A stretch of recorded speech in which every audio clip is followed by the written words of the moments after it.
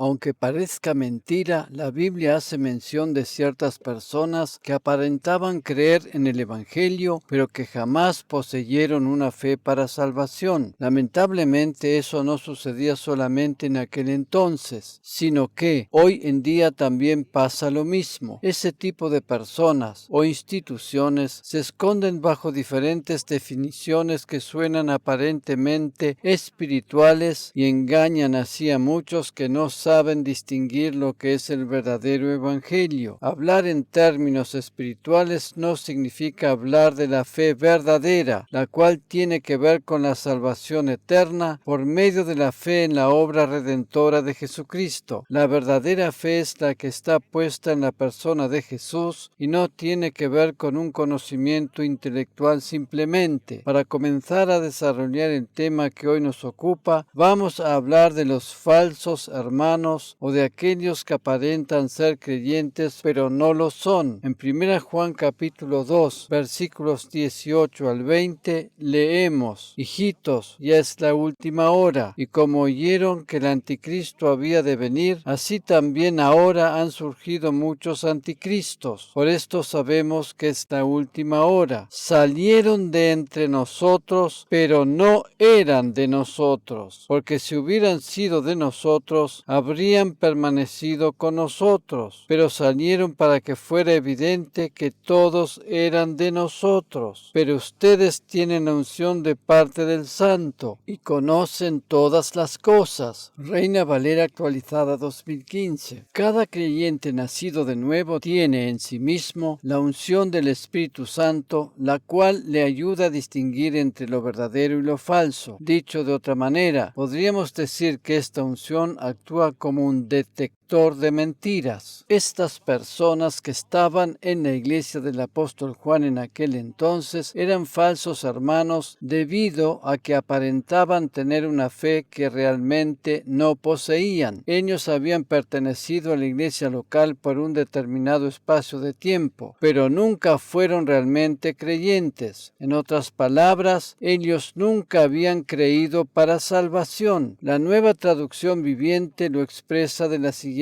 manera: esas personas salieron de nuestras iglesias, pero en realidad nunca fueron parte de nosotros. De haber sido así, se habrían quedado con nosotros. Al irse demostraron que no eran parte de nosotros. La Nueva Traducción de Ginebra en alemán los denomina incluso enemigos de Cristo. Así dice literalmente: estos enemigos de Cristo solían asistir a nuestras reuniones, pero en realidad no nos pertenecían. Si nos hubieran pertenecido, se habrían quedado con nosotros, pero se separaron de nosotros, y esto dejó claro que en última instancia ninguno de ellos nos pertenecía. Si ya en aquel entonces existían falsos maestros que trataban de infiltrarse en las iglesias para enseñar doctrinas erróneas, ¿cuánto más habrá de ser en este último tiempo, tan pronto al regreso de Cristo a la tierra? De allí pues es de vital importancia que cada iglesia esté completamente segura de su identidad en Cristo. Aquellos que no tienen clara su identidad están abiertos para aceptar cualquier cosa sin distinguir si es buena o mala. La Biblia hace referencia a un caso bien concreto de alguien que no era un verdadero hermano en la fe. En 2 Timoteo capítulo 2 versículos 15 al 18 leemos las palabras que el apóstol Pablo escribió a su discípulo Timoteo: procura con diligencia presentarte a Dios aprobado, como obrero que no tiene que avergonzarse, que traza bien la palabra de verdad, pero evita las profanas y vanas palabrerías, porque conducirán más y más a la impiedad, y la palabra de ellos carcomerá como gangrena. Entre ellos se cuentan Himeneo y Fileto, quienes se extraviaron con respecto a la verdad, sosteniendo afirmando que la resurrección ya ha ocurrido y trastornaron la fe de algunos. Reina Valera actualizada 2015. En el versículo 15 encontramos un consejo muy práctico del apóstol Pablo. La palabra de Dios debe ser correctamente interpretada, es decir, entender las distintas dispensaciones y pactos que Dios hizo con el ser humano a través de los tiempos, y por sobre todas las cosas, saber a quién están dirigidas las palabras allí escritas. Eso es lo que significa trazar bien la palabra de Dios. Otras traducciones lo formulan de la siguiente manera: interpreta correctamente la palabra de Dios. Nueva Biblia al día. Explica correctamente la palabra de verdad. Nueva traducción viviente. Maneja con precisión la palabra de verdad. Nueva Biblia de los hispanos. Este tal Fileto que es mencionado aquí era un falso maestro en la iglesia de Efeso que junto con Himeneo sostenía que la resurrección que se ha de dar en el futuro con los creyentes, de la que la resurrección de Cristo da la garantía, ya había ocurrido. Es decir, él no negaba por completo la doctrina de la resurrección, sino que la transformaba en una alegoría de un despertar o una conversión espiritual y no la resurrección corporal que Pablo enseñaba. En cuanto a lo que Pablo enseñaba, leemos ahora 1 Corintios capítulo 15 versículos 12 al 14. Ahora bien, si Cristo es predicado como ha resucitado de entre los muertos, ¿cómo es que algunos entre ustedes dicen que no hay resurrección de muertos? Porque si no hay resurrección de muertos, tampoco Cristo ha resucitado. Y si Cristo no ha resucitado, vana es nuestra predicación, vana también es la fe de ustedes. Reina Valera actualizada 2015. Hay verdades fundamentales de la palabra de Dios que no se prestan para discusión. Es más que evidente que Fileto no poseía la verdadera fe, la que obra para salvación, porque, de otra manera, no hubiese dicho lo que dijo. Todo aquel que rechaza o pone en tela de juicio las verdades fundamentales de la palabra de Dios, no posee una fe verdadera. Con esto de verdades fundamentales no me refiero a ciertos aspectos que pueden ser interpretados de una manera diferente. Por ejemplo, si hay que tomar la Santa Cena con una copa de vino o de zumo o jugo de uva. Eso es algo secundario. Hablo de todo aquello que tiene que ver con la salvación y la vida eterna. La resurrección de los muertos es la bendita esperanza para todos aquellos creyentes que ya han ido a la presencia del Señor antes que nosotros. Cuando Jesús vuelva a buscar a los suyos, nosotros, quienes estemos vivos, habremos de ir con Él en el momento del arrebatamiento. Y un instante antes que esto suceda, todos aquellos que partieron antes que nosotros habrán de ser resucitados de los muertos para ir todos juntos a celebrar las bodas del Cordero. No todos los creyentes conocen cada detalle de lo que está escrito en la Biblia, y eso es normal y comprensible, pero aun aquellos que recién comienzan a transitar el camino de la vida cristiana, a quienes podríamos denominar bebés espirituales, ya conocen perfectamente las verdades fundamentales de la palabra que tienen que ver con la salvación. Estos bebés espirituales, a medida que vayan creciendo y desarrollándose, habrán de estar dispuestos a aceptar y recibir con agrado todo lo que proviene de Dios y de la verdad de su evangelio de gracia. Naturalmente que el proceso de crecimiento es diferente en cada uno, pero eso no cambia lo que tiene que ver con lo que es fundamental y básico. Hay quienes hablan de Jesús como un profeta, y esto suena bastante espiritual, pero la Biblia nos dice que Él es el Hijo de Dios y parte de la Trinidad divina. Esa es una verdad fundamental e indiscutible del cristianismo. En su segunda carta a su discípulo Timoteo, Pablo sigue diciendo: a pesar de todo, el sólido fundamento de Dios queda firme, teniendo este sello: conoce el Señor a los que son suyos, y apártese de iniquidad todo aquel que invoca el nombre del Señor. Segunda Timoteo capítulo 2 versículo 19, Reina Valera actualizada 2015. A pesar de las dudas que pueden venir a nuestra mente a raíz de los vaivenes de nuestras emociones, en nuestro corazón tenemos la seguridad de la salvación eterna y sabemos que el Señor conoce a los que son suyos. ¿Cuál es ese sólido fundamento conocimiento de Dios al que se refiere Pablo aquí, para explicar esto como debe ser y no hacer conjeturas de razonamiento humano, es importante encontrar la respuesta en la misma palabra de Dios. En su primera carta a Timoteo, Pablo le escribió: pero en caso que me tarde, te escribo para que sepas cómo debe conducirse uno en la casa de Dios, que es la iglesia del Dios vivo, columna y sostén de la verdad. Primera Timoteo capítulo 3, versículo 15, Biblia de las Américas. La verdad de la palabra de Dios debe ser predicada y enseñada en la iglesia, pues ella es o debería ser la columna vertebral de la verdad del Evangelio. En este último tiempo, antes del regreso de Cristo a la tierra, el tiempo de la iglesia de la Odisea, ver Apocalipsis capítulo 3, versículos 14 al 22, existen muchas corrientes anticristianas que intentan infiltrarse en la iglesia para sacudir los verdaderos fundamentos de la fe. Todos aquellos que no están firmes en el fundamento del Evangelio habrán de hacer compromisos para acomodarse a la corriente de este siglo y con ello habrán de ir apartándose cada vez más de la verdad. Por eso insistimos una y otra vez en predicar y enseñar el puro Evangelio de la gracia, el cual siempre nos conduce al verdadero fundamento y nos guarda de todo tipo de herejía o enseñanza errónea. A menudo el engaño suele ser tan sutil que, si no estamos firmes y seguros en la verdad de la palabra, corremos el peligro de caer en la trampa. Estar de acuerdo con las enseñanzas de la Biblia es una prueba de fe genuina y no tiene nada que ver con la salvación por señorío, como se la da en llamar, algo que últimamente está adquiriendo mucha popularidad en los círculos cristianos. La salvación por señorío es una disputa teológica sobre una cuestión soteriológica. Esto quiere decir doctrina referente a la salvación dentro del cristianismo sobre la relación entre la fe y las obras o méritos personales. Aunque esta salvación por señorío puede sonar como el verdadero evangelio, ese no es el caso en absoluto. El verdadero evangelio es un mensaje de gracia para todos los que pasan de la incredulidad a la fe en Jesucristo. Está escrito que si confiesas con tu boca a Jesús por Señor y crees en tu corazón que Dios le resucitó de entre los muertos, serás salvo, porque con el corazón se cree para justicia y con la boca se confiesa para salvación. Biblia de las Américas. La salvación por señorío es una doctrina errónea que enseña que los cristianos deben tener un compromiso total con Cristo, obedecer los mandamientos de Dios y perseverar en ese compromiso y obediencia hasta el final de su vida para poder ser salvos. La salvación por señorío afirma que poner simplemente la fe en la obra de Jesucristo no alcanza para salvación, sino que hay que añadirle una entrega total a Él y ponerlo como Señor de todas y cada una de las áreas de nuestra vida. Eso quiere decir que en el momento de aceptarlo como Salvador, uno debe estar dispuesto a la obediencia completa y el discipulado, pues solo a través de esta sumisión uno sería genuinamente salvado. La salvación por señorío es una doctrina que combina la gracia con las obras en la ecuación de la salvación y, aunque en apariencia suena muy espiritual e incluso hasta razonable en cierta manera, es completamente errónea. La Biblia nos enseña que toda persona que pone su fe en el hecho de que Jesús es Dios y murió por sus pecados será salva sin importar lo que haga o deje de hacer, y no es posible ganarse el camino al cielo por méritos propios o esfuerzos personales, porque por gracia son salvos por medio de la fe, y esto no de ustedes, pues es don de Dios, no es por obras para que nadie se gloríe. Efesios capítulo 2 versículos 8 y 9, Reina Valera actualizada 2015. No obtenemos la salvación por medio de nuestra nuestra entrega o sumisión, sino solamente por medio de la fe en la obra de Cristo a nuestro favor, sin agregados de ningún tipo. En las Escrituras encontramos algunos ejemplos de creyentes que no eran demasiado comprometidos. Estos obviamente eran salvos, pero mostraron falta de compromiso o dedicación. Uno de ellos era Pedro. Él tenía una entrega total en algunos aspectos de su vida, pero en otros no. En Hechos capítulo 10, versículos 11 al 14, leemos en la versión Reina Valera actualizada 2015. Vio el cielo abierto y un objeto que descendía como un gran lienzo, bajado por sus cuatro extremos a la tierra. En el lienzo había toda clase de cuadrúpedos y reptiles de la tierra y aves del cielo. Y le vino una voz: levántate, Pedro, mata y come. Entonces Pedro dijo: de ninguna manera, Señor, porque ninguna cosa común o inmunda he comido jamás. Este lienzo con animales impuros representaba a los gentiles, quienes no cumplían con las normas de la alimentación judía que Dios había establecido en la ley. El Señor le estaba enviando a los gentiles y él se negaba. ¿Dónde estaba su completa obediencia al señorío de Cristo? Evidentemente Pedro era salvo, pero en ese punto tenía sus problemas. Como podemos observar, la salvación por señorío no es la solución. Cuando aceptamos a Jesucristo como nuestro Salvador, no tenemos que comprometernos en ese momento a que Él deba hacerse cargo de todas las áreas de nuestra vida. Aunque se requiere cierto crecimiento espiritual antes de alcanzar esta meta, dicho compromiso no es una condición para salvación. A medida que vamos madurando en la vida cristiana y teniendo una comunión más profunda con el Señor, nos vamos dando cuenta que es beneficioso para nosotros ir entregándole cada vez más el control de los diferentes aspectos de nuestra vida. Pero así y todo, esto no es una condición para alcanzar la salvación y mucho menos para mantenerla. Lamentablemente hay muchos cristianos que viven estresados y a disgusto por el hecho de haber sido instruidos en la falsa enseñanza de que en el momento de la conversión deben entregar toda su vida y todo lo que tienen a Dios, dejar todo de lado e irse a un país lejano de misioneros. Esa no es la manera en que Dios actúa. Él jamás nos atropella ni espera de nosotros algo difícil y prácticamente imposible de cumplir. Tristemente, no son pocos los que han estado esclavizados en lugares a los que nunca hubiesen querido ir, pero que lo han tenido que hacer por causa de esta enseñanza equivocada, la cual estropea el maravilloso mensaje de la gracia. Continuaremos en la segunda parte de esta enseñanza.